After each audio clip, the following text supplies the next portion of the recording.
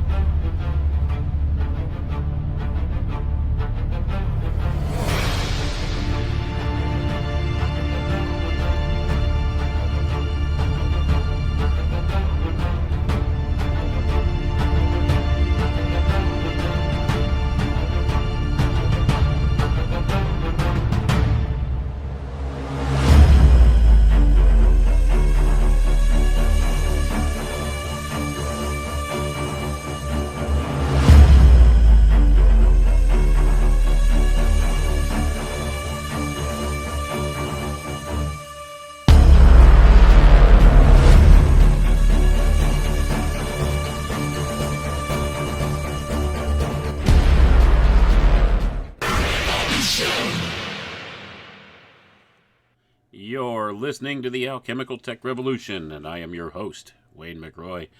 Good evening, good morning, wherever you are around the world. Today we're going to talk about the hermetic science of higher dimensional space. Have you ever wondered what ancient man understood about human perception, about higher dimensional realms, and about the nature of consciousness in relation to these things? Well, tonight we're going to explore that avenue of thought. We're going to look at what the Hermetic Brotherhood has to say about higher dimensional space, what this associates with, and how it relates to higher forms of consciousness in their viewpoint. And we're going to see that it's not just in the modern era that we began to think in these types of terms, to understand that perhaps there's more to the physical senses and the three physical dimensions that we can see and perceive here in this physical world than meets the eye, and that perhaps there's something beyond that. Now, in the modern era, much of our science is based upon mathematical reifications of things, and somewhat similarly in some of the old Hermetic sciences, we can understand more about applying mathematical concepts to these different ideas. You see, they have entire systems of what they call occult geometry that have been taught throughout the various secret society groups, the Hermetic Brotherhood inclusive thereof. So because of this occult geometry, this is how we can have a little bit better conception in our physical 3D senses about what these higher dimensions could possibly look like.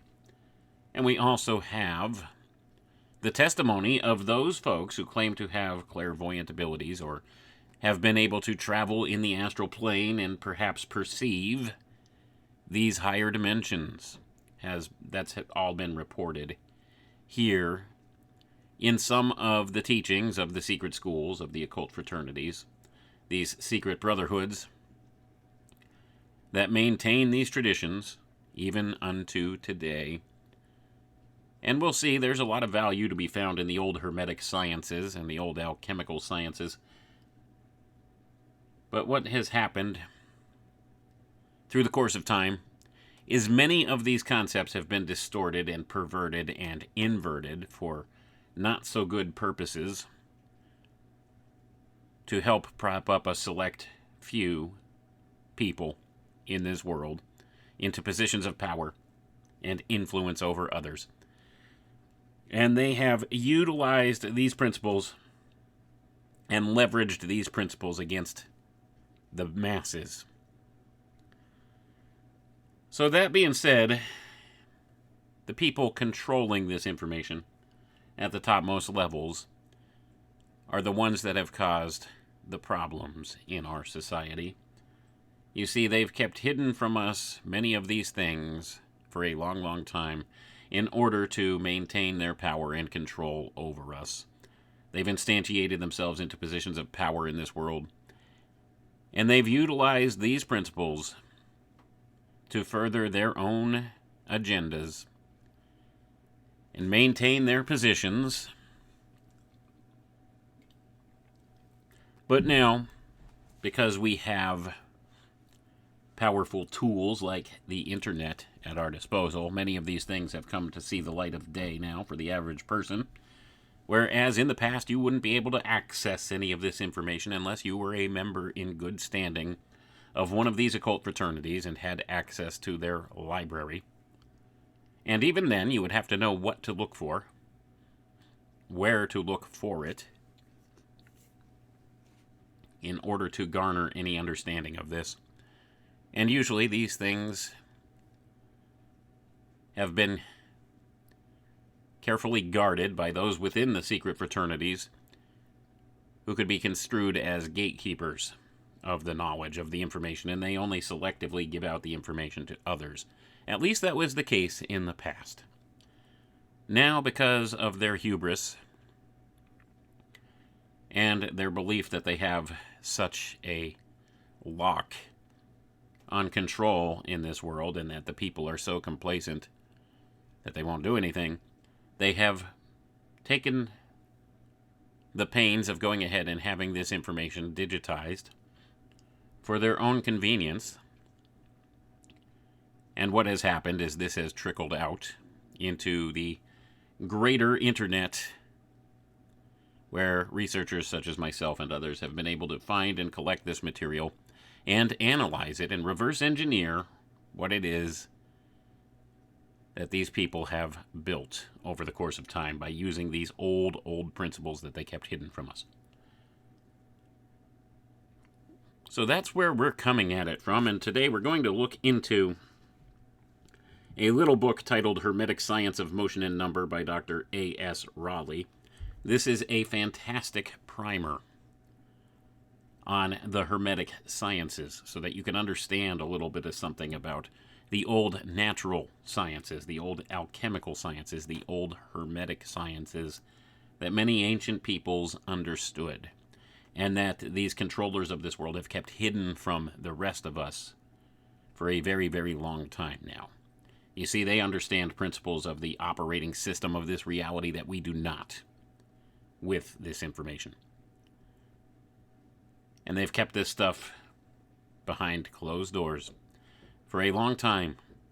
And they've only taught us in the public sector, those outside the occult fraternities, the things they want us to know, have taught us our ways of our modern science, which focuses only on the physical material world paradigm and doesn't take into account these higher dimensional states, these higher dimensional spaces, or these spiritual aspects of things, if you want to get down to it. They want us focused on the material, the hyper-materialist paradigm, as I like to call it.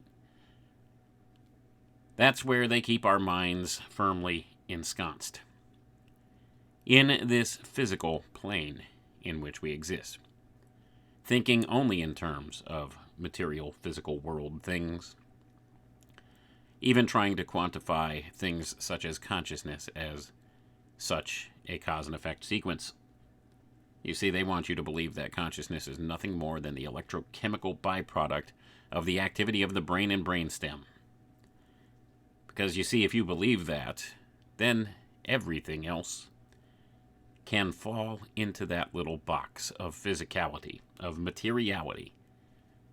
And that's exactly where they want you, because they can quantify those ideas to a certain extent with mathematical reifications, as we have said. And see, what is the purpose of measuring and counting a thing and quantifying a thing? Well, it's all about control. If you can count a thing, if you can measure a thing, if you can quantify a thing, even if it's an imprecise calculation, you can garner some measure of control over that thing. And certainly, they would like nothing better than to control the nature of our consciousness, our thought processes, who we are, aspects of our behavior.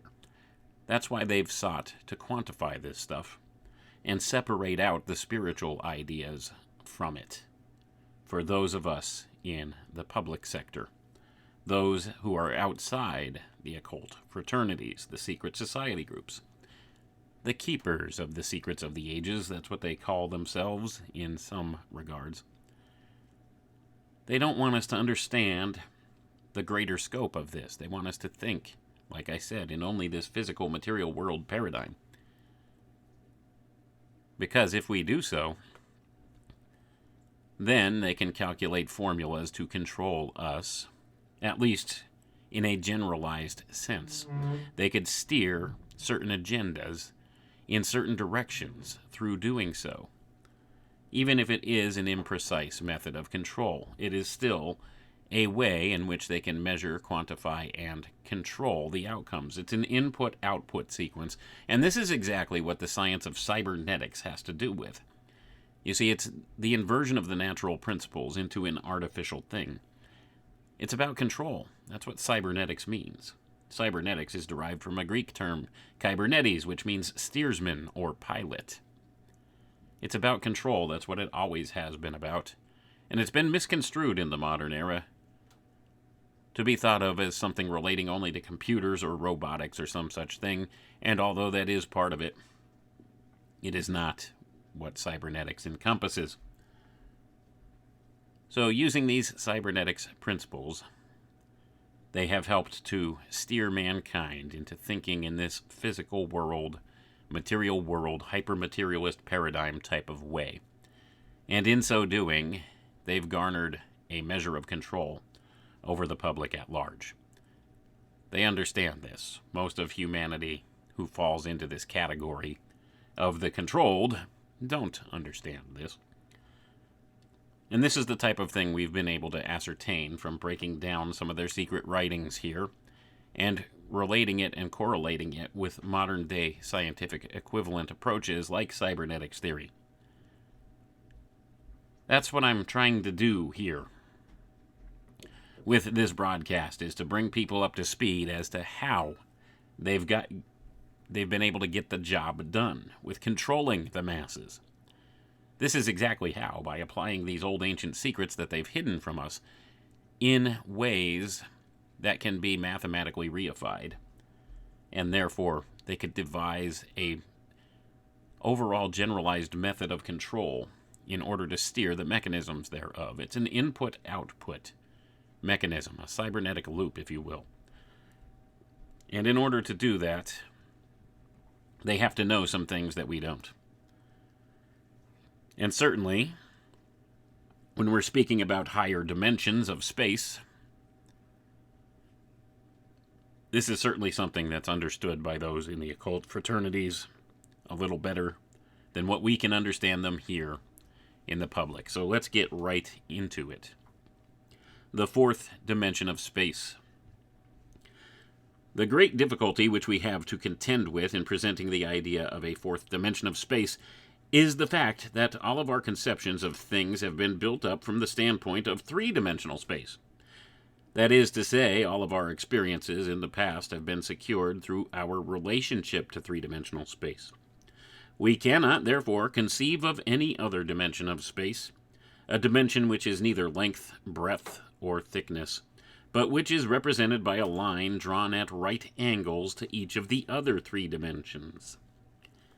The physical plane is limited to three-dimensional space, length, breadth, and thickness.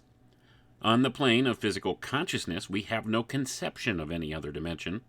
It is only when we rise to the higher states of consciousness that we can recognize the fourth dimension. I'm going to pause right there for a moment. Now, some in the modern era would argue that the fourth dimension is actually time. I don't know if that's necessarily the case. Perhaps there's something to that, perhaps not. From an occult standpoint, you could probably also argue that the fourth dimension may be death. You see, the number 4 encodes the ideas of death in the Pythagorean system. So maybe there's something to that. Maybe beyond the bounds of death is where we can experience higher dimensional spaces. Maybe that's part of the big secret they keep. I don't know. That's conjecture on my part based upon my understandings that have been garnered through reading some of these works.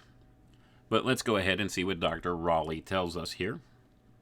Now remember, the fourth dimension is represented by a line drawn at right angles to the lines represented by length, breadth, and thickness. When we see a cube, for instance, placed on the ground, we know this cube has 4 sides, yet we can only see 3 dimensions. In a word, we can see the outside of the object, but because one side is at the antipodes of the other, it is consequently invisible to us, the cube being opaque, there being 4 sides to the cube, in the sense in which we are now speaking, although, of course, there are 6 surfaces. Going to pause for a moment here, folks. So what he's telling us is, if you see a 3-dimensional object, you only see the front side of that object. You can't see the back side of that object or inside that object if it is an opaque object. Now, this will be important later as we explore a little bit more detail here. We can see only 3 of them because to see the other, it is necessary to look through the object, and 3-dimensional sight will not enable us to render an opaque body transparent. In order to enable the student to grasp the principle involved in 3-dimensional space, it will perhaps be advisable first to imagine a straight world where there is but one dimension of space, namely length. A person dwelling in a straight world, being possessed of one-dimensional sight, would therefore see everything in straight lines. He would be absolutely incapable of seeing or cognizing breadth or anything except length, because he would be unable to recognize or see anything except in the terms of straight lines. He would therefore be unable to form any conception of a second dimension to space. Again, suppose one rises above this one-dimensional space and rises to 2-dimensional space. He lives in a flat world. Gonna pause for a moment here, folks. Now, perhaps we could have some better conception of what's being talked about here, because it's easier to imagine 2-dimensional space than it is 1-dimensional space for us, being able to see on a 2-dimensional plane. So let's keep that in mind. Let's read on. He is able to see length and breadth, but not height. He cannot recognize one line as being above another, although he is perfectly able to cognize a number of parallel lines or even cross lines. He can see 2 lines, of course, but not a 3rd line. That is to say, he cannot see one line or one plane above another. When he rises to the 3rd dimensional space, he comes to the world as we have it now. He therefore will be able to recognize height, length, and breadth, but he cannot yet see the 4th dimension. The 4th dimension of space is a dimension at right angles to length and breadth as well as thickness. In other words, 3-dimensional space takes cognizance of the surface of things. Now, what would be the point, which would be at right angles to length and breadth as well as thickness? Evidently, the center of the object. Gonna pause for a moment here, folks. The center of the object. Now, this is what's revealed in the Hermetic sources here. So, to be able to cognize exactly what 4th dimensional space might look like, or what we might be able to perceive it as, this would be the center of the object. You'd be able to see the center of the object, or peer inside the object. And if you're talking about a living thing, this would be concurrent with being able to perhaps see the spirit or the soul within the person, to see them as they really are. Now, keep that in mind as we continue. Imagine yourself in the center of a cube, and you can readily see that you will be at right angles to every point on that cube's surface. 4th dimensional space, then, consists in the ability to place one's self in the center of an object and to see every part of that object in its relation to every other part. I'm going to pause for a moment here. Think about this. So this would be cognizing yourself as being in the center of the object and being able to perceive not only the outside of the object, but the inside as well from every conceivable angle. Now, this has some spiritual implications here as well. You see, when they tell you to look within, there is some relation, perhaps, to this idea. So let's continue on keeping that in mind. What is it which will enable a man to place himself in the center of an absolutely solid body and view every part of that body at right angles to himself? Bear in mind what we have learned in the past, that all objects are made up of molecules, no matter what the form is. It is a multitude of molecules. Now, if you can see those molecules separate and apart from one another, if you can feel them, if you can come in connection with the molecules, you will thus be able to present yourself, as it were, in the center of the object, or at least to see through the object. The object is opaque to third-dimensional sight because we see it as a whole. To fourth-dimensional sight, it becomes transparent because we take cognizance of the separate molecules, being able to examine them in detail. The molecules are held together by affinity by reason of the diverse rates of vibration going on within them. These molecules, vibrating in accordance with the keynote of the object, are held in a certain relative position. So I'm going to pause once again here. So now Raleigh compares it to vibrational frequency, being able to perceive these different frequencies, and of course he talks about this idea of the keynote. You see, the keynote is a very important idea in some of these old Hermetic sciences. This is at the core of the essence of what a thing or a person or a being is. This keynote, this is the essence of a thing. So if you can see the essence of a thing or a person or a being, it gives you a little better clue as to what it is exactly you're looking at, if you can perceive of this. So that's why they relate this notion to higher levels of consciousness, because this allows perception at another level. This allows you to see things as they really are, not just the illusion that's presented in three-dimensional reality here. We see only the facade, or the outside, or the face. We don't see what's behind that, or within that. Let's read on. Now, the dimensions of space are, in reality, the effects of vibration. For instance, length is due to a backward and forward rate of vibration, that is, the molecules vibrating in a certain direction, having a pendulum motion, so to speak, traveling in straight lines. One direction of vibration, then, or one current, produces the line. A flat surface is the result of two intersecting or cross-secting lines of vibration, forming a cross, so that we have the square. The cube is the result of three dimensions, that is to say, of these two lines of vibration, with a third line going up and down. In other words, two horizontal lines of vibration intersected by an upright or perpendicular line of vibration.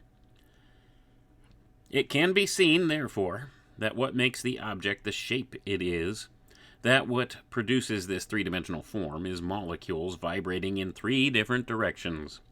When you place yourself in the center of this vibrating mass, you have thus brought yourself into a position at right angles to each of the vibrating currents. Thus you deal with the molecules rather than with their collective result. I'm going to pause again. So now, perception from fourth dimensional space would be able to see all the constituent parts that make up one whole object in this regard. But to recognize not only the whole object, but the individuated pieces thereof. This might be important here as we continue, so keep that in mind. True, fourth dimensional space is found only upon the astral plane, where all the diverse rates of vibration are found to operate in such a way as to place the seer in possession of a perfect comprehension and sight of the molecules in any object. Well, of course, the atoms and the ultimate atoms and the astral atoms as well are, to a certain extent, seen but vaguely, as it were.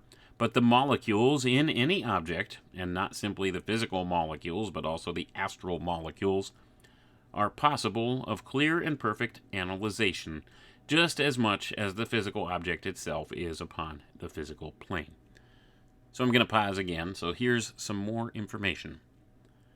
So the astral plane is the plane on which fourth dimensional space is found. Now remember, this is according to the Hermetic Brotherhood and some of the other occult secret societies and mystery schools. The astral plane is the fourth dimension, folks. The astral plane, wherein you can see things as they really are, can have a deeper understanding of things if you have astral sight. You could see to the core of the being or the object. But of course, this is not absolutely a 100% clear perception, as it says here. It says vaguely. To a certain extent, you could see the astral atoms vaguely.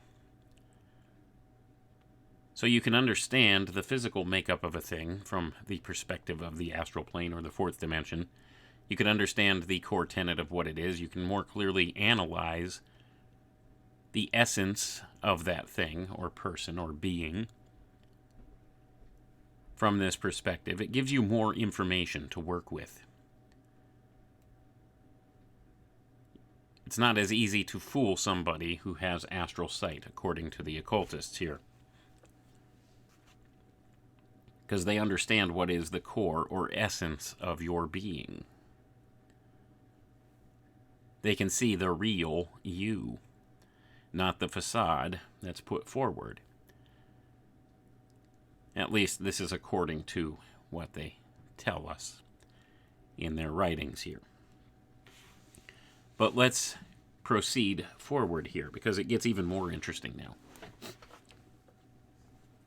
It is true that when etheric sight begins to be developed, we can see through opaque objects. That is to say, we can see the molecules not individually but collectively. If you look through an object, you can see it, but get a looking glass perspective of what you see on the other side. Everything is inverted, just as when we watch the reflection in a mirror. Getting this looking glass perspective, of course, we see everything backwards. In a word, we have rendered the object transparent, but we do not see everything in its proper relation. We see the collective result rather than seeing the molecules individually, and thus look at them with a view at right angles to themselves. Going to pause for a moment here, folks. So now there's a distinction between the etheric and the astral plane. The astral plane, you see things as they really are. The etheric plane, you see the mirror reflection thereof. Now, I'll remind you, in the cosmology of the secret schools, the etheric plane is a subplane of the physical plane. It's a finer plane, a finer portion of the physical plane, I should say.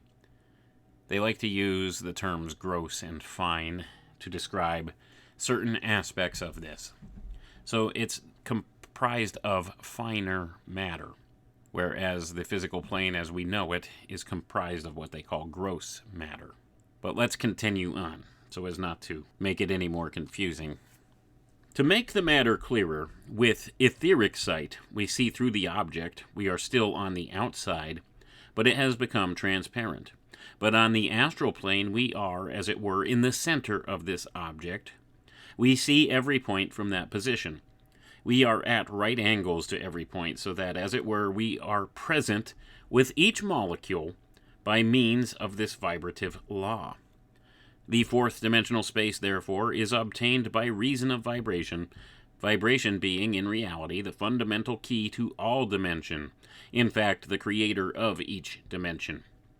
When we have attuned our aura, therefore, to that particular rate of vibration, we become conscious of the vibrating body, not simply the accomplished result.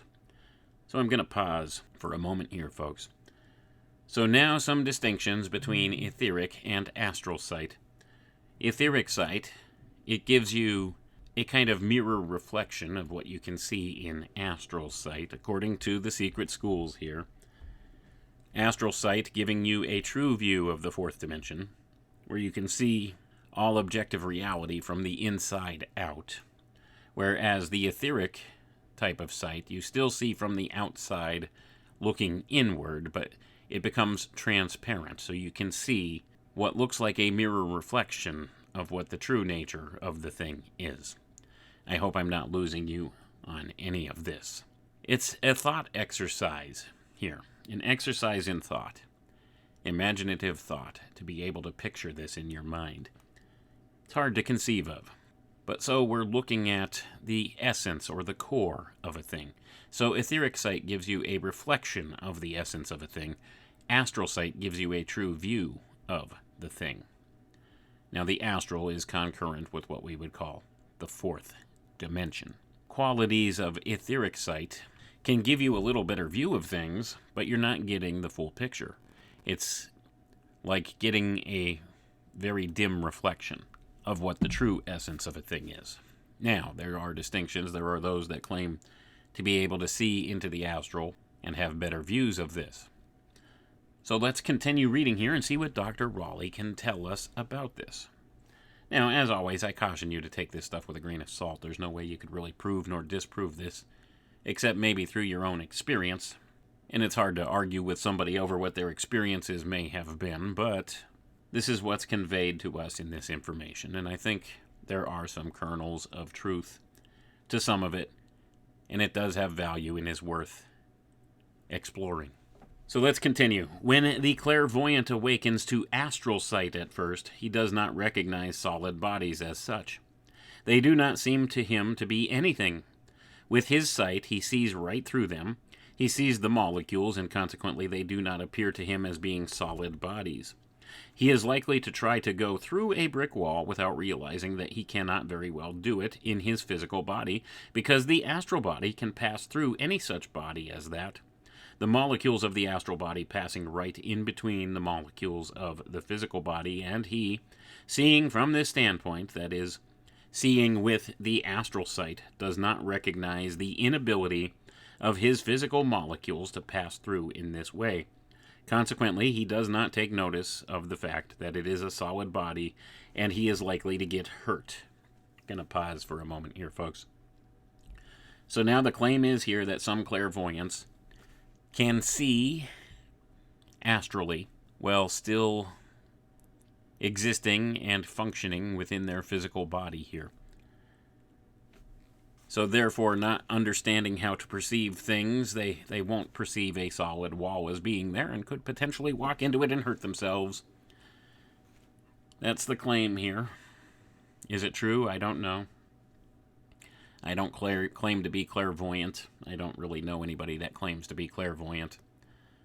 But these are experiences that have been recorded in the secret schools. This is what they claim about it. Let's read on.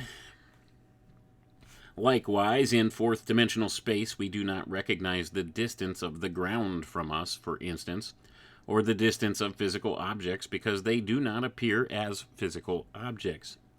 Being made up of molecules and vibrating, they do not appear to be any more dense than ether. And as ether is, relatively speaking, omnipresent, we do not take cognizance of distance. But in time, when we have acquired the capacity for measuring those relations, studying them with greater care, we awaken to a realization of their true relation one to another. So I'm going to pause again for another moment here, folks. So matter in astral sight is the same, appears the same as ether. It's indistinguishable from ether, according to astral sight here. Now, ether permeates everything. You see, this is the more subtle subplane of the physical plane, the etheric plane, and ether comprises the substrate on which our physical reality exists. It is the medium in which all physicality exists. Now this, according to modern physics, is nonsensical, but I would argue there have been secret models of physics that have been utilized that very much acknowledge the existence of ether. And up until the advent of Einstein, ether was an accepted model in mainstream physics, because it's the only model that can account for many physical phenomena that we see, whereas the generalized models of physics they present us with now don't do so adequately, and therefore they have a problem making things jive. That's why we have separate models of physics, why we have generalized relativistic theories for the macro scale and quantum theories for the micro scale, and they always do their very best to try to make these things correlate one to the other, but they don't seem to work. Well, that's because of the missing component, the ether. Even Einstein accounted for this in his formula. He called it the cosmological constant. He couldn't make relativity work without the cosmological constant being plugged in as a variable. No matter what you call it, it certainly is there. Now, in quantum physics, they'll call it the quantum vacuum. It's still ether, folks. Whatever you want to call this, it's there. It certainly exists. It's just we've been taught by our modern science to steer away from that line of thinking because they don't want us to understand the true nature of it.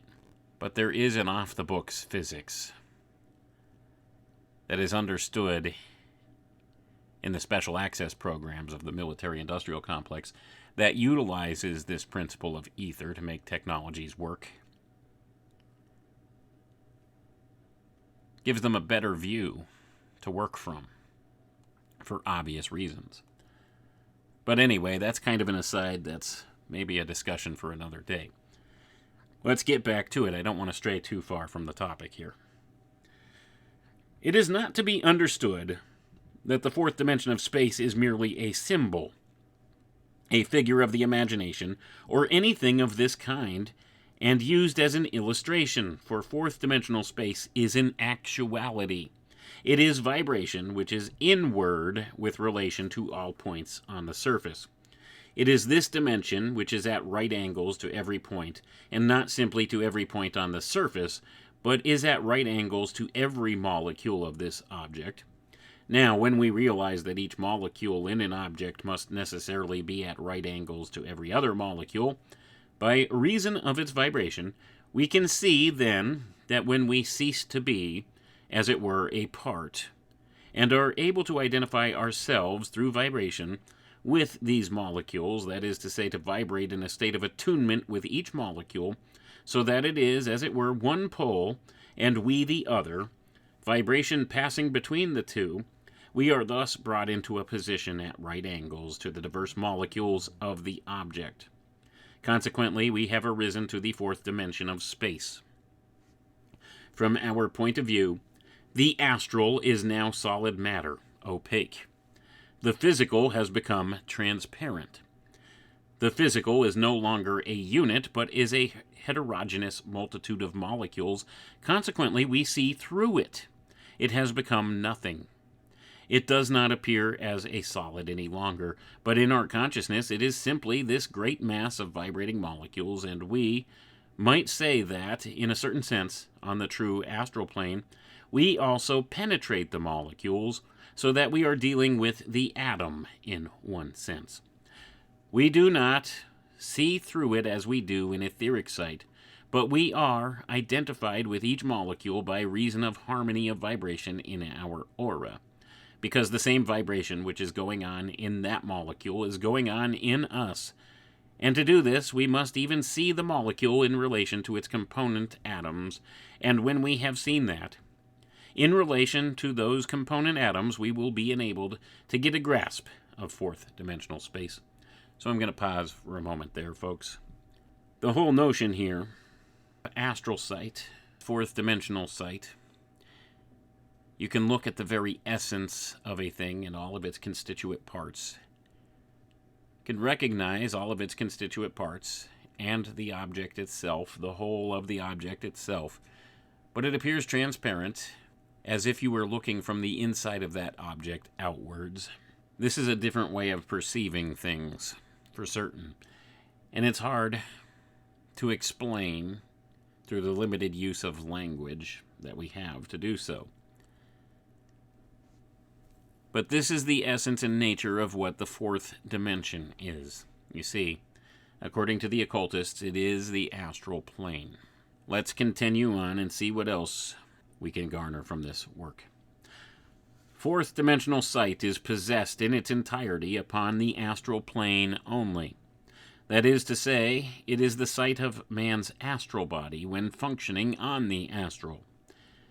This other limited sense in which it is possessed, this limited degree of fourth dimensional sight, is, of course, when the etheric double is functioning.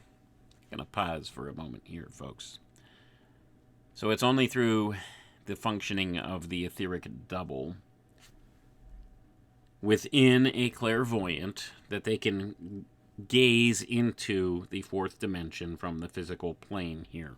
It's only when functioning astrally that they have true astral sight.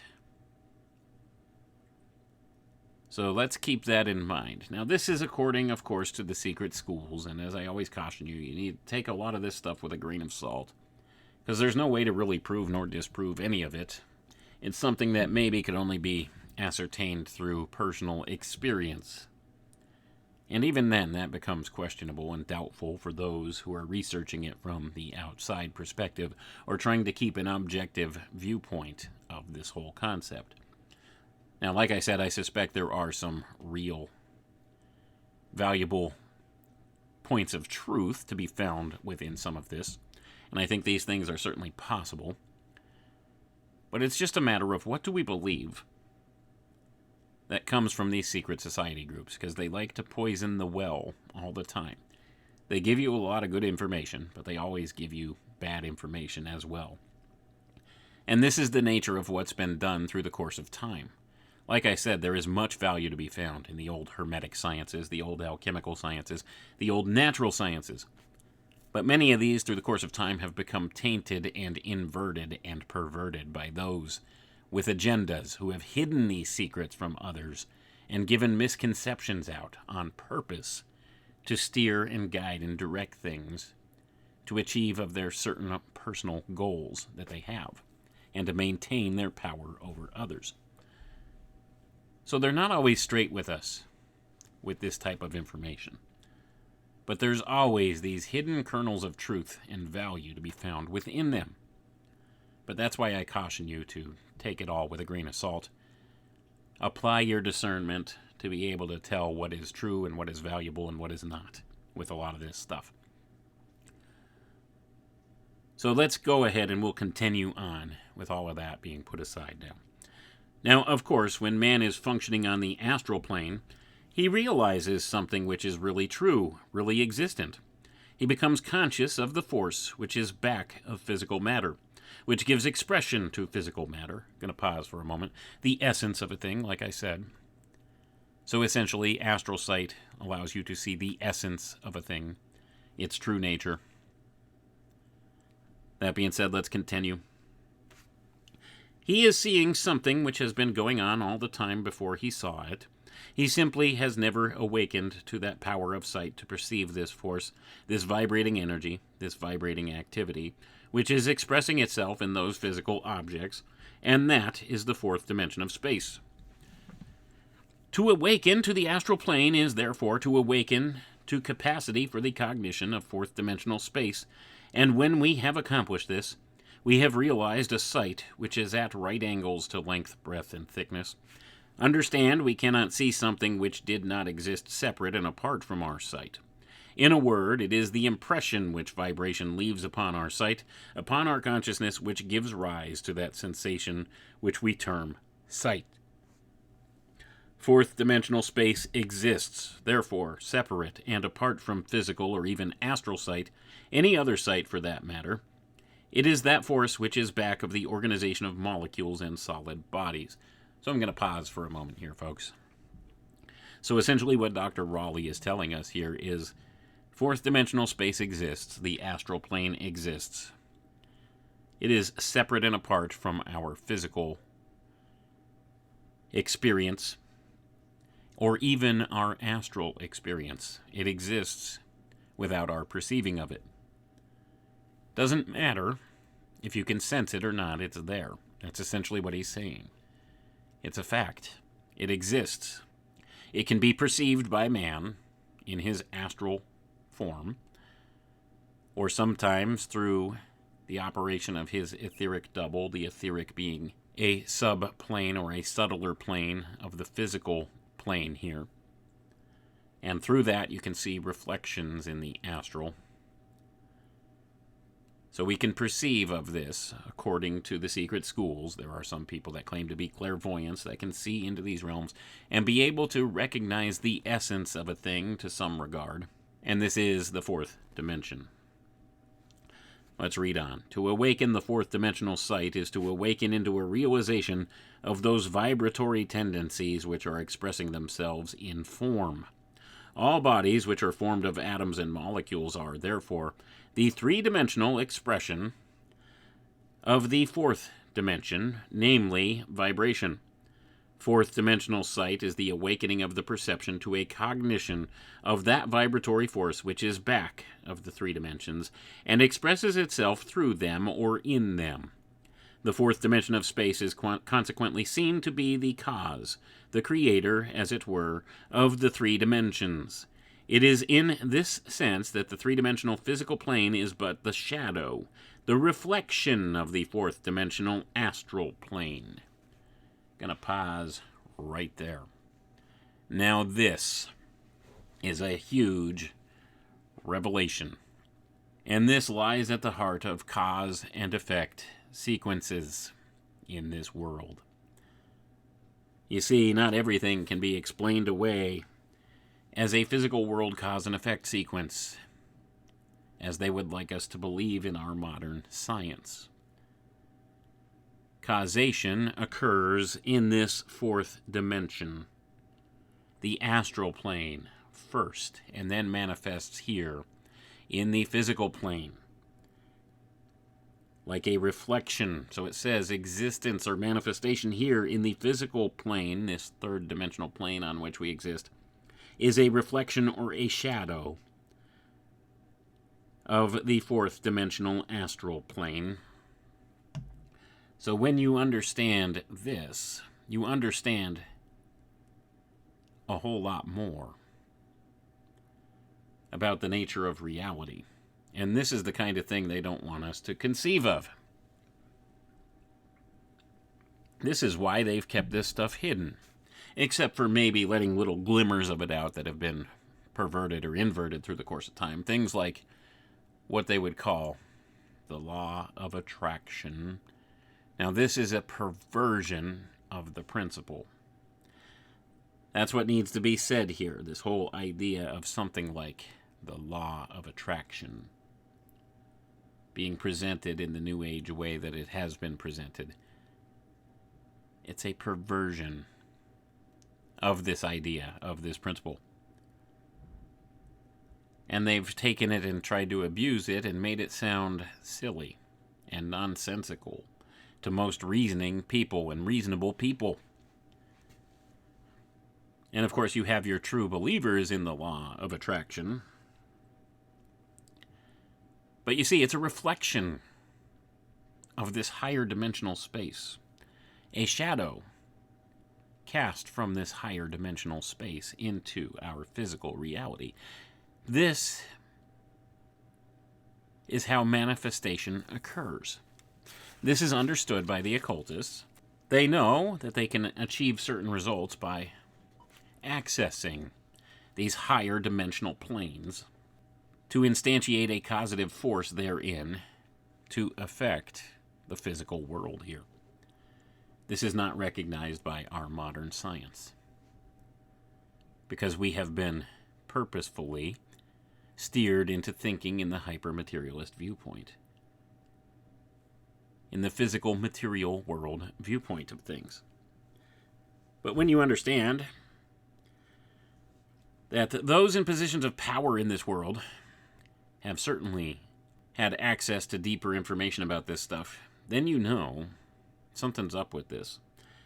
They don't want us to understand how this correspondence works from the spiritual realms or the astral plane, and how it causes a reflection here below in the physical plane.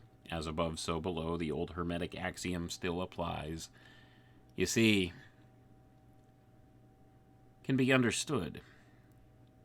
And it could be mapped out to a certain degree. Because if you're thinking in terms of dimensional space, as in we exist in three-dimensional space, the astral plane is fourth-dimensional space, then you see this applies a system of quantification thereof and allows them to apply mathematical reifications to work out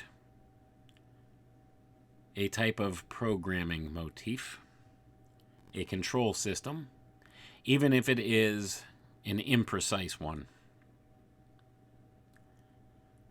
Just understanding this in the very nature of things gives them an advantage. And this is what the field known as occult geometry is about. When it is applied to modern scientific applications, much information can be garnered from this. And I think this is what is understood and utilized in the special access programs of the military-industrial complex in their special off-the-books physics that they utilize to implement certain technologies. And these technologies have more to do with consciousness than anything else, and that's one of the big secrets. And of course, they do attempt to weaponize everything as such. That's their mandate. That's what they do. Do you think this is any different? Do you think any of this hidden information, the secrets of the ages, is any different? Do you think they would ignore that in these military programs? It's been recorded through the ages that there's always been results from this type of thing. If you want to call it magic, magic garners results. It always has. That's why it has withstood the test of time, is still with us, even though we scoff at it in the modern era. There are proven systems that work.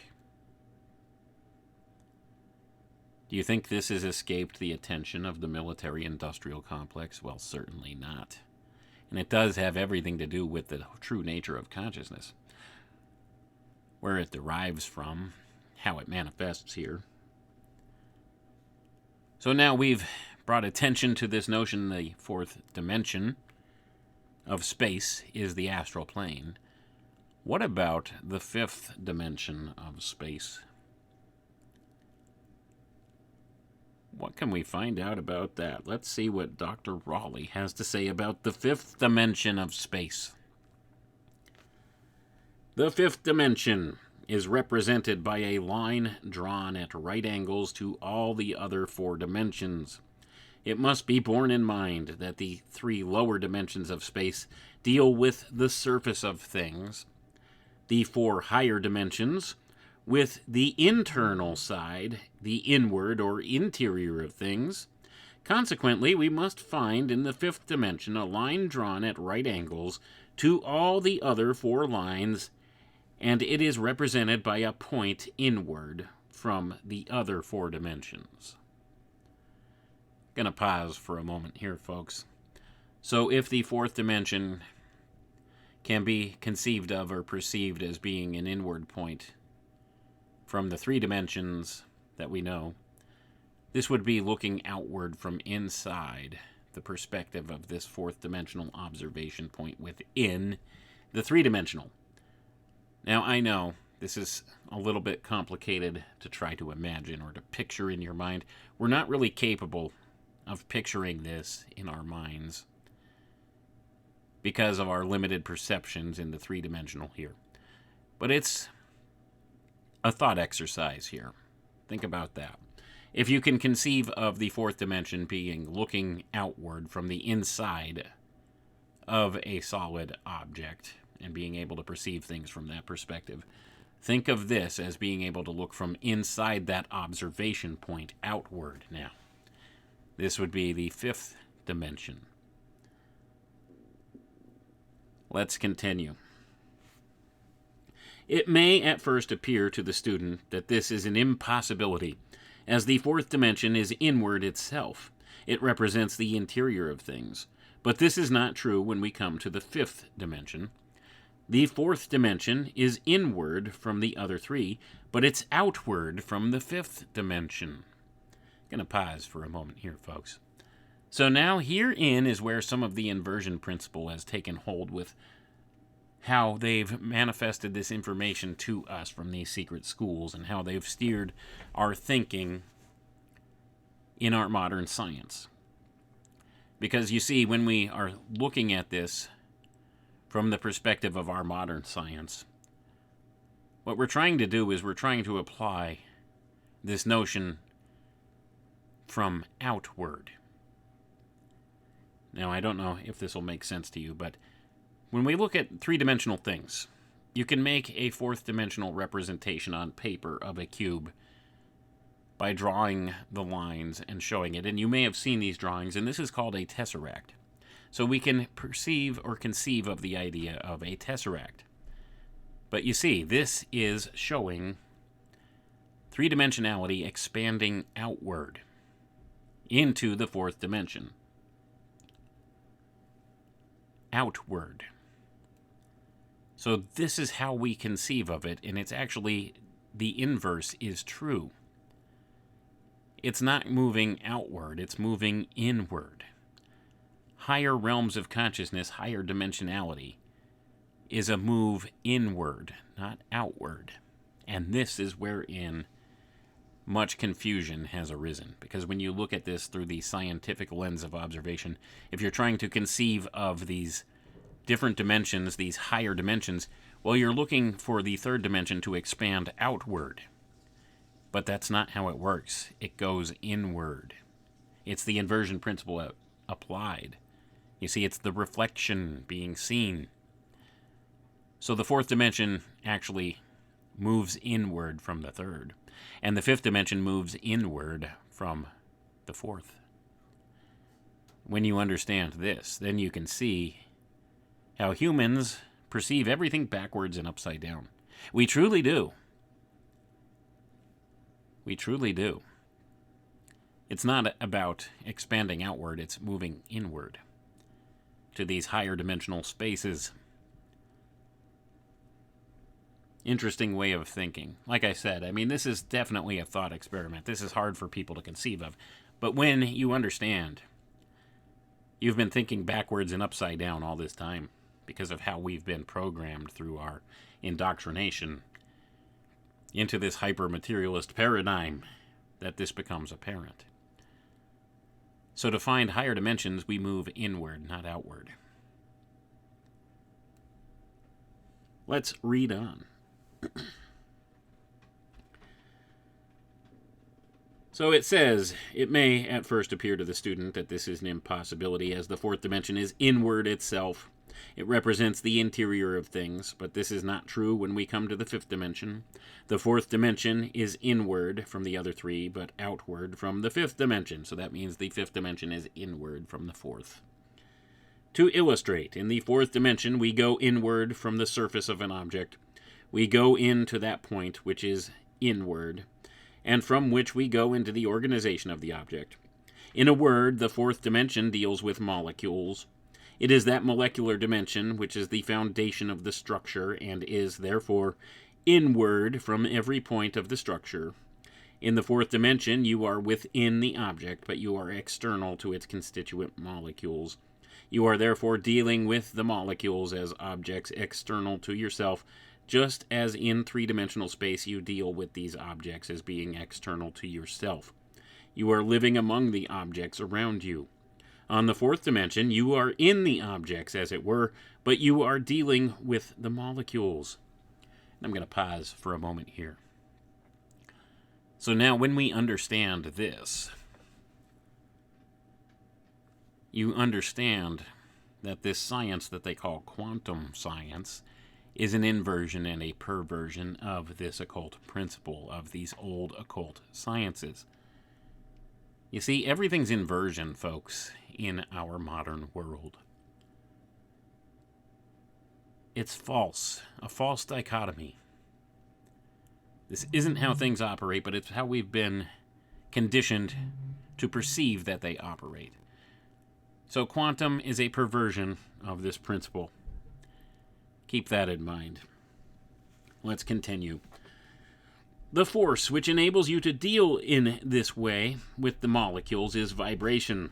Vibration, as we showed in the last lesson, being that force which causes the molecules to express themselves by movement in such a way as to build up a form, a symbol possessing length, breadth, and thickness, that is, 3 directions of vibration, each in right angles to the vibration which is expressing it to ourselves.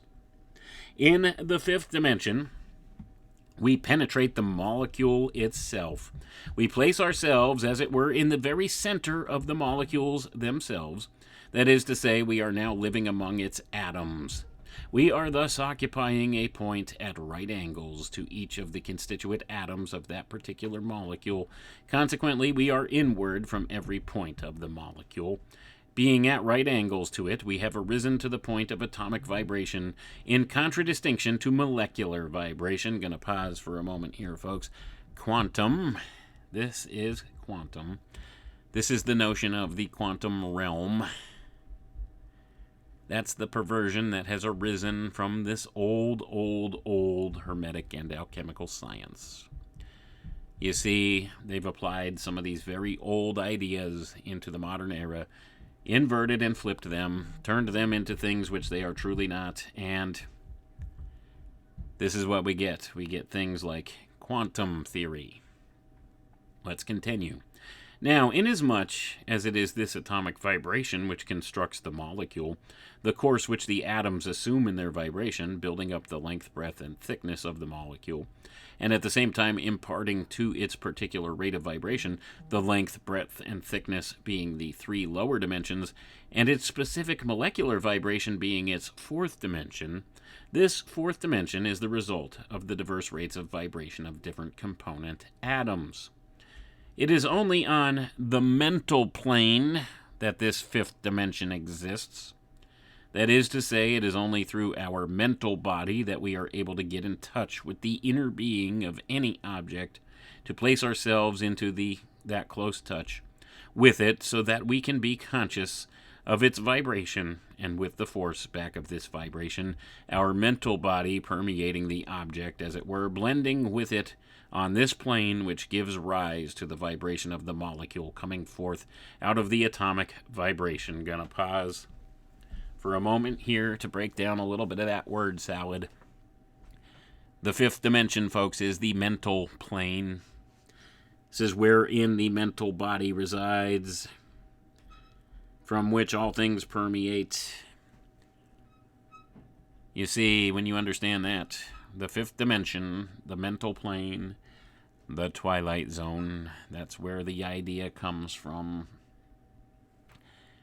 It's all about the mind, the nature of consciousness from which it emanates. Consciousness is not the byproduct of some physical cause and effect series of relationships here in this world. It is not simply the byproduct of the electrochemical activity of the brain and brainstem. Consciousness derives from outside, or actually inside of this paradigm. It arises into 3D physical manifestation, first from the mental plane through the astral plane, and then presents here. The mental plane being the 5th dimension. And when you understand this, many of these ideas that are construed in our modern science become more clear. The notion of the quantum realm or the quantum plane, or ideas of quantum theory causing plausible manifestation here begin to make more sense to you. It's a perversion of the truth, folks. What they're trying to do is they're attempting to quantify this concept of how manifestation can occur, deriving from these higher planes of existence which exist inside, within three-dimensional reality, working outward from within rather than working inward from without, as we have it all upside down and backwards. You see, I hope I'm making sense to you and this isn't going over your head. I think if you've been listening to this broadcast for any length of time, a lot of things are snapping into place for you right now. And the dots are connecting. Let's continue. Bear in mind that this is not simply a mental condition. It is a state of activity which exists in the object itself, separate and apart from any impression which it may have upon our consciousness. But just as the physical sight is unable to take cognizance of molecular vibration, even so, the astral sight is unable to take cognizance of atomic vibration. It requires mental sight. It is only therefore by our mental faculties, the faculties that is of our mental body, that we are able to sense this atomic vibration which is going on within the molecule, which is the very creative force of that molecule. The mental body is able to see, to identify itself with the inner being and life of the molecule, so that it becomes conscious of all those vibratory activities. We enter the molecule, placing ourselves into the state where we partake of the activities within the molecule, making ourselves, for the time being, a part of the object, going through its experiences. Thus, we get an experimental knowledge of an object. Instead of simply watching it as a spectator as we do on fourth-dimensional space, we get that experimental knowledge which comes through cooperation with the object. We attain to a certain state of fellowship with this object, in a word.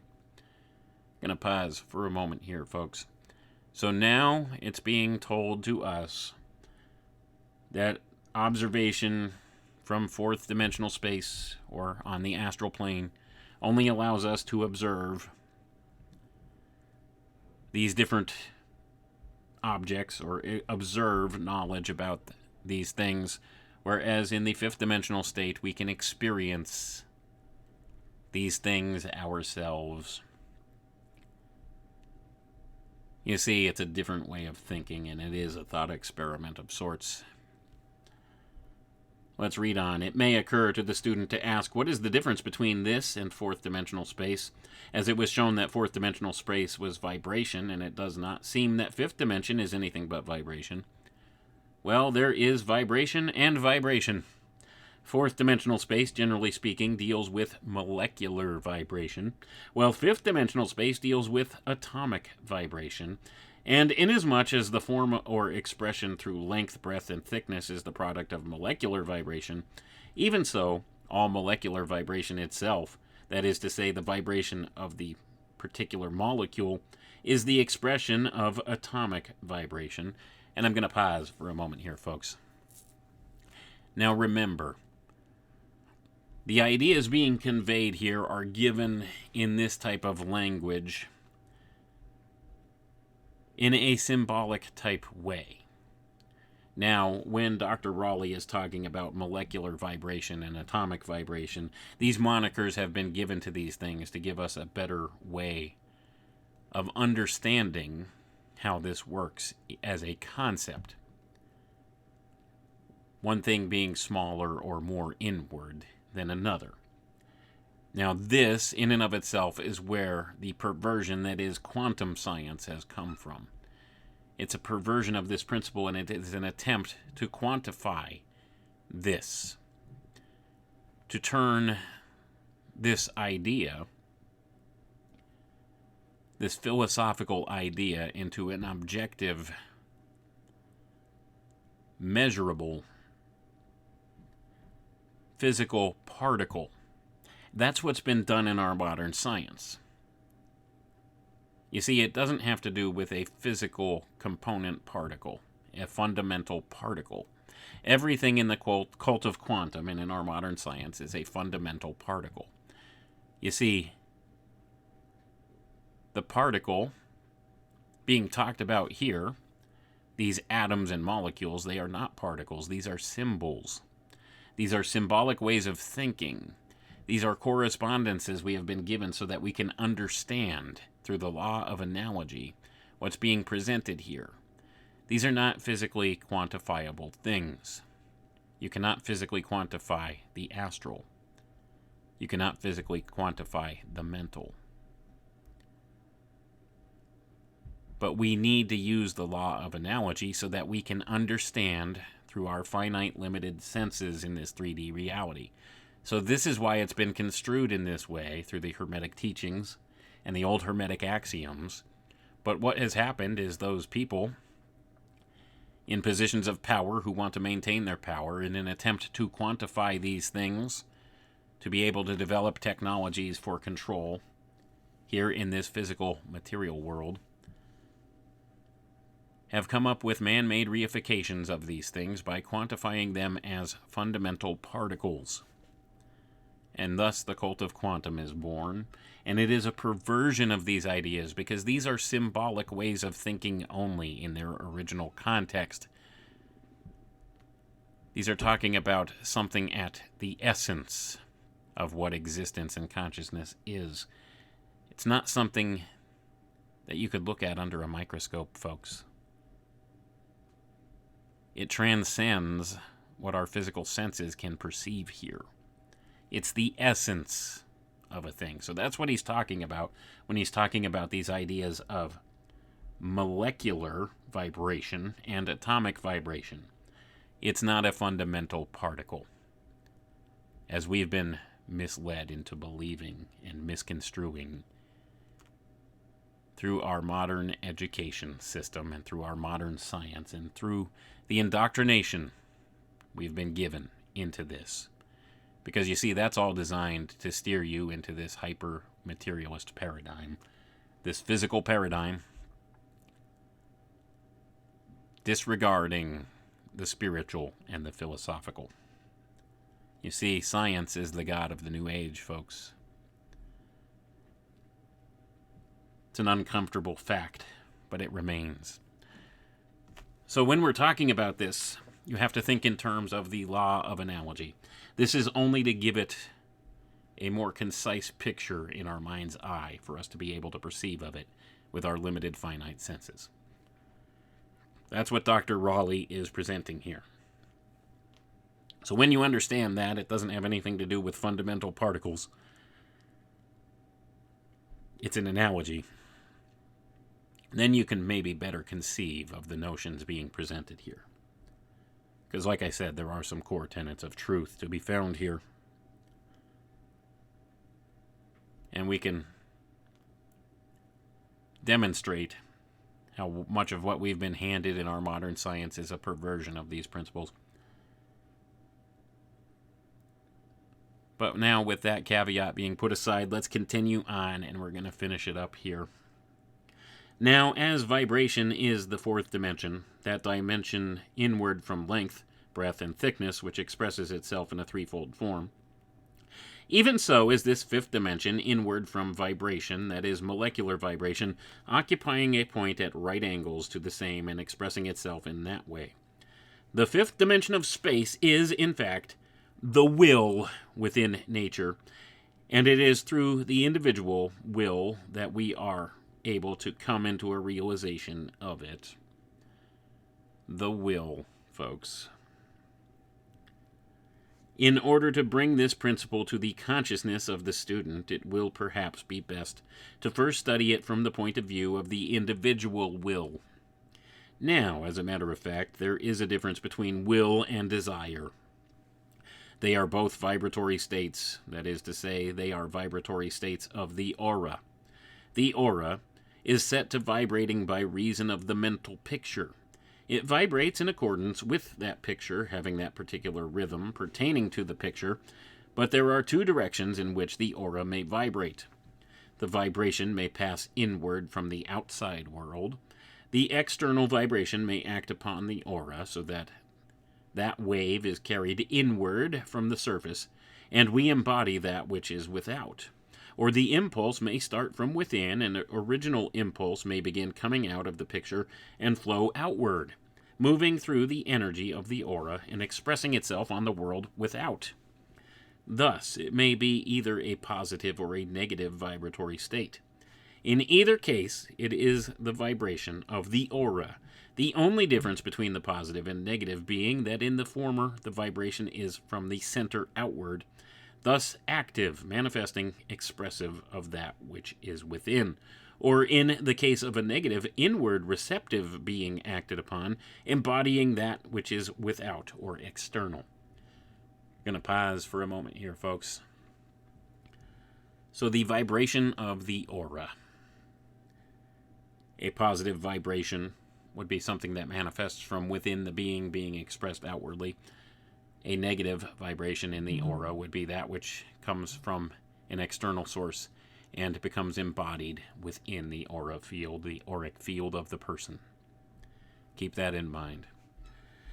The will is the positive manifesting, outflowing state of vibration.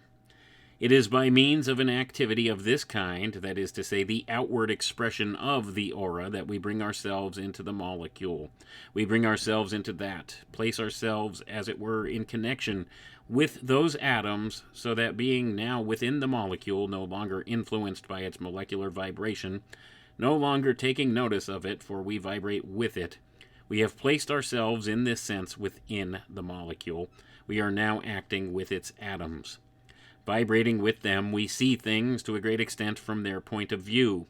Instead of inspecting from without, we are cooperating. We get a state of fellowship with them and see everything largely from their point of view, as one of them. Now, this atomic vibration is the will of the molecule, that is to say, it is flowing outward and manifesting. This is the manifesting principle, the manifesting vibration, whereas the molecular vibration is manifested vibration. It is that which is the effect of this volative force, this will vibrating, which is the manifesting cause. Going to pause for a moment here. I'll break down that word salad a little bit more for you there. So what's being said here is the will is this positive auric force, or this inward being projected outward through the auric field. This is the positive force, the creative force, the will.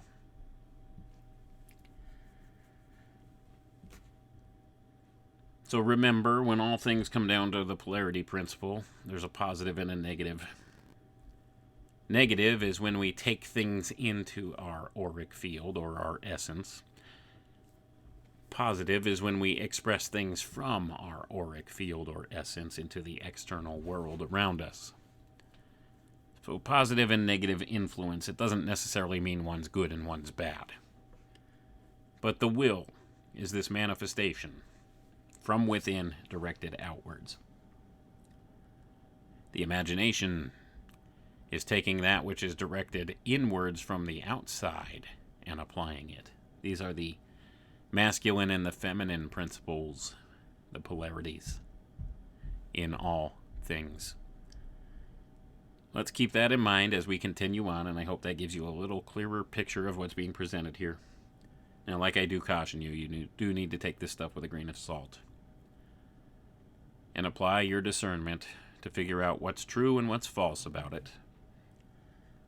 Let's read on. It is in this way that we say the will in nature is the fifth dimension of space, just as the individual will is the fifth dimension of that individual. It is on the mental plane because it is only when we rise to the mental plane that we can take notice of this state of being. It is only at this time that it becomes possible for us to realize the truth in regard to this great fifth dimension. That vibration, consequently, which expresses itself in organic form, that which we term molecular vibration, is the outward effect of the will, or atomic vibration, which is an outflowing from the center, and therefore the atomic vibration, or the will in nature, is that point inward from, at right angles to molecular vibration. It will clarify the matter perhaps to touch briefly upon the sixth and seventh dimensions of space, in order to show how wherein they differ from the fifth dimension, and to show the close resemblance between them. We do not propose to go into details here, but simply touch upon them briefly, in order that the pupil may understand the difference between these dimensions. But I'm going to pause there before we get into that brief little synopsis here. So what's being expressed here is that this fifth dimension, this mental plane, this atomic vibration, which he calls the will in nature, this is the source for manifestation. Now, molecular vibration, the fourth plane, the astral plane, is where this manifestation takes place. You see, the will of nature, the fifth dimension, is the causative force which causes manifestation. Manifestation begins in the astral and then steps down into the physical in resonance. So from the mental plane to the astral plane to the physical plane, this is how things begin to manifest, and this is described as will. Will, when applied from the mental plane, to bring forward an idea and imprint an idea into the astral, is the beginning of manifestation. Now, this applies with the overall will of nature, as he calls it, as well as the individualized will. And this is one of the secrets held in high regard by these occult fraternities and by the magicians therein.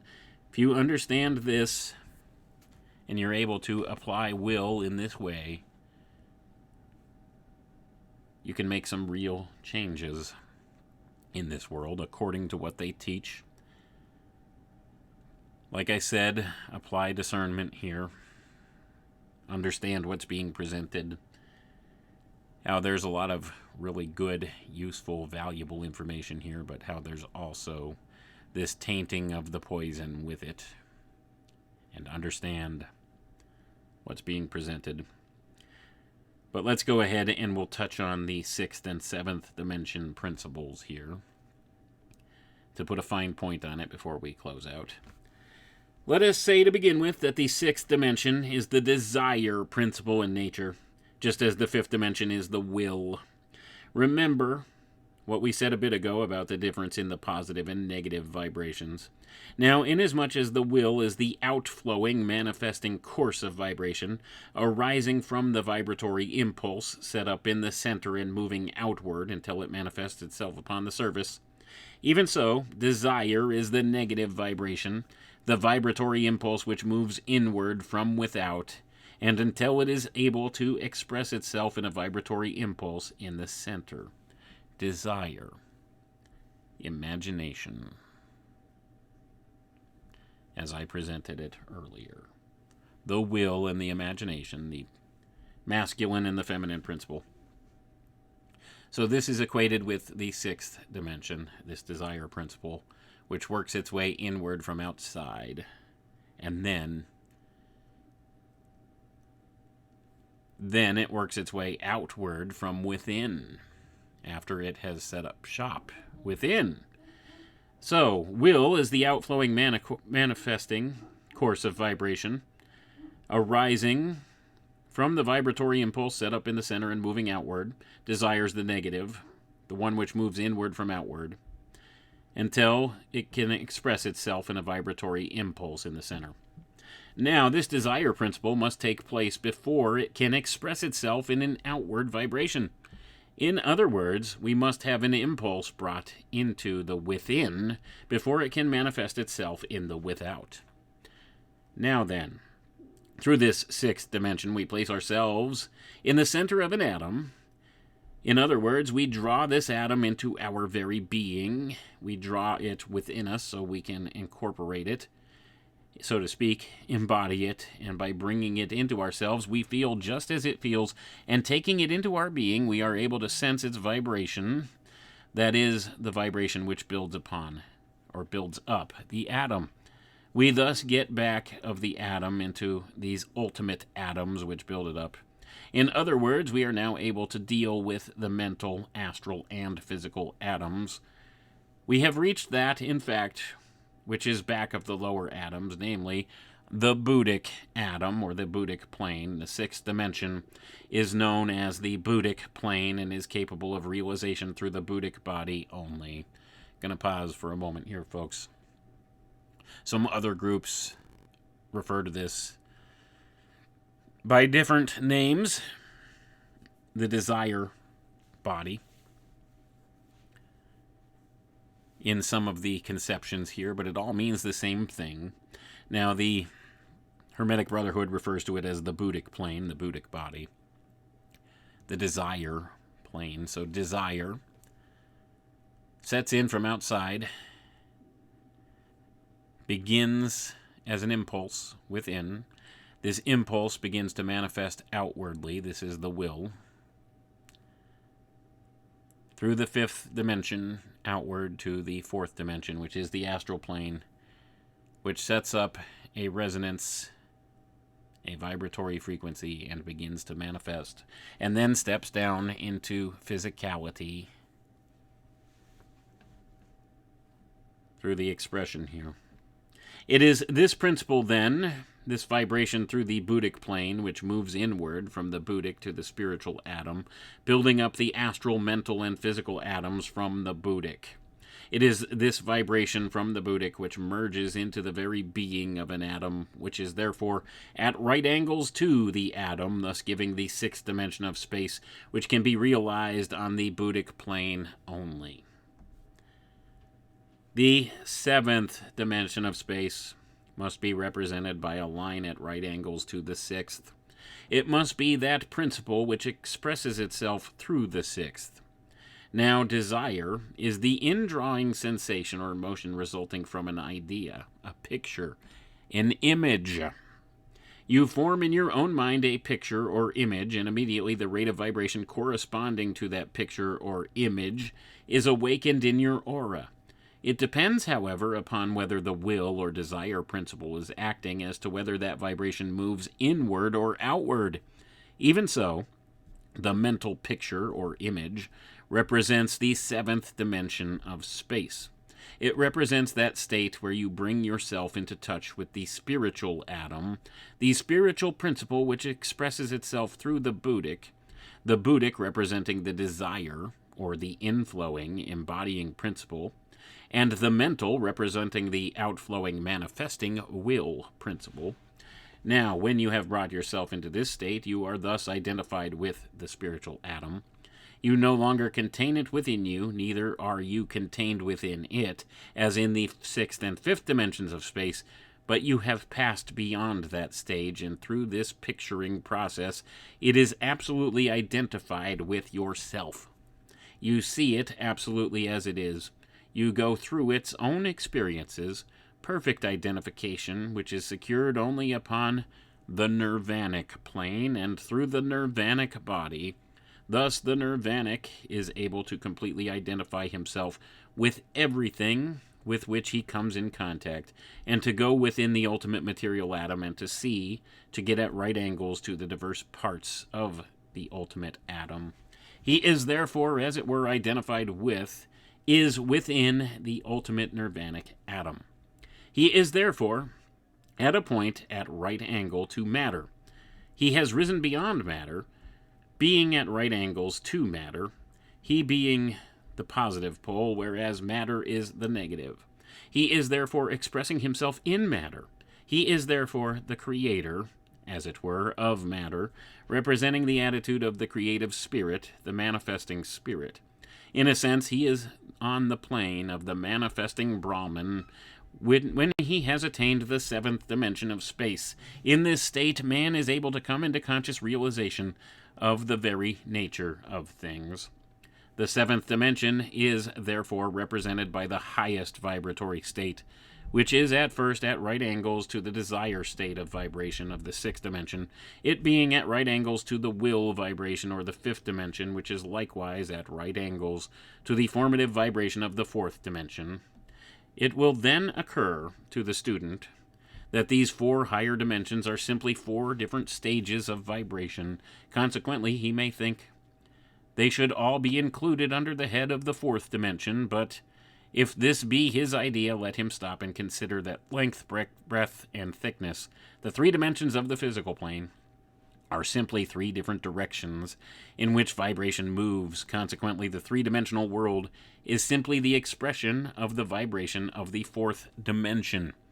Therefore, he should, to be consistent, say there is only one dimension, namely vibration. The dimensions of space are relative. They are simply the effects of vibration viewed from different points of view. So in the ultimate, there is but one dimension, and in the pure ultimate, there is no such thing as space. It is an illusion. But in the relative, which we must view in our concrete activities, it should be borne in mind that there are these seven dimensions, that is to say, they are as true, as real as anything else in this world of illusion, this Maya, where nothing but God is in reality existent. Gonna pause right there. 7 dimensions. 7 dimensions. And you see, a lot of these ideas have been pushed to the back burner with our modern science and our modern ways of thinking. When it comes down to it, they don't want you to understand any of these principles, because if you do, it gives you a better viewpoint of where you're at and how things really occur in this reality. The world is an illusion. They've all said this, all the philosophers of old. And now, today, we have the modern scientific paradigm take on this that we've been handed in many of this conspiracy community circles. The notion that we exist in a simulation theory. Well, this is a perversion of the old natural sciences and alchemical sciences. We don't exist in a simulation, folks. It's not a simulation. You see, these principles have been known and handed down through the secret societies for a very long time. It all has to do with the true nature of consciousness and manifestation, and we can only see so far in our finite senses. We can only perceive so much. And even this notion of seventh dimensional space is a limitation we have. We can't look beyond that. And that's not to say that the seventh dimension is the nirvanic plane, as they call it here, where we become one with everything and everything is one with us and all is one, and that we are God and God is us. You see, this is a misconception. The Creator exists beyond, outside of, and throughout and within all of this. It can only be that way. And we are not the Creator. So even though we can understand some of these principles and maybe cause certain manifestations through implementing some of these principles, we are not God. We cannot create something from nothing. You see, this is where a lot of things have been misconstrued by the secret schools, by the secret society groups. A lot of things have been inverted and perverted by them, and even by our modern science which is very much controlled by the secret schools, we have these same things going on. But as far as the lesson today, let's go ahead and close out with these last two paragraphs where Dr. Raleigh describes and clarifies some of what he says here. The directional vibration which gives expression to the three-dimensional space is therefore the effect, the reflection of the pure vibration of the fourth dimension. This, in turn, this formative vibration being merely the effect of the descending, manifesting vibration of the fifth dimension, which is likewise the effect, the manifested result of the embodying, involving vibration of the sixth dimension, this likewise being the effect of the creative originating vibration of the seventh dimension. To clarify the matter, let the pupil bear in mind that the seventh dimensional vibration is the point of emanation, the sixth dimensional vibration, the involutive, the fifth dimensional vibration, the evolutive, and the fourth dimensional vibration, the result of this evolution, this evolving process or type of realization, and the third dimensional space, the work which it accomplishes. If he can hold these explanations in mind, he will be able to ascertain a fair conception of the seven dimensions of space, the sevenfold manifestation of vibration, which is the foundation of all space and all formation. And that, folks, is the end of this lesson. So take the seventh dimension is the point of emanation. Now keep in mind, this is what's claimed by the secret schools, and you need to take this stuff with a grain of salt. I think there is value to be found here, that there are some core tenets of truth, and this is the system that they've given to describe this. So the seventh dimensional vibration is the point of emanation. The sixth is involution, the taking in of an image or an idea, and the development of this image or idea internally. Then the fifth dimension is the evolutive, or the outward expression thereof, of the idea, the will. The fourth dimension is the result of what they call this evolution, this process through which emanation occurs. The idea is internalized and then externalized, and then becomes manifest. And then the work is accomplished in the third dimension.